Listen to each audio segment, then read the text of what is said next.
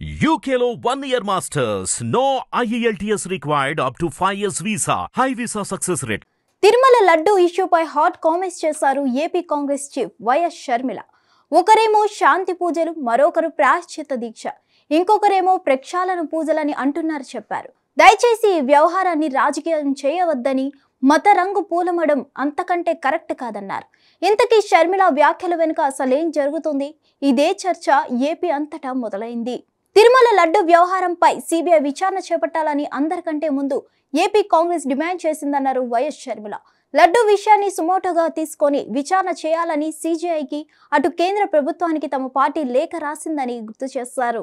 Supreme court చేసిన వ్యాఖ్యలు SIT కంటే కేంద్ర దర్యాప్తు సంస్థలతో విచారణ జరగాలన్న రీతిలో ఉన్నట్లు అర్థమవుతుందన్నారు షర్మిల. లడ్డు విషయాన్ని రాజకీయం చేయొద్దని CM Chandrababu, deputy CM Pawan, మాజీ సీఎం జగన్ కు షర్మిల విజ్ఞప్తి చేశారు. గాంధీ జయంతి సందర్భంగా విశాఖలో మెడిసిన్ దీక్ష చేపట్టారు వైఎస్ షర్మిల.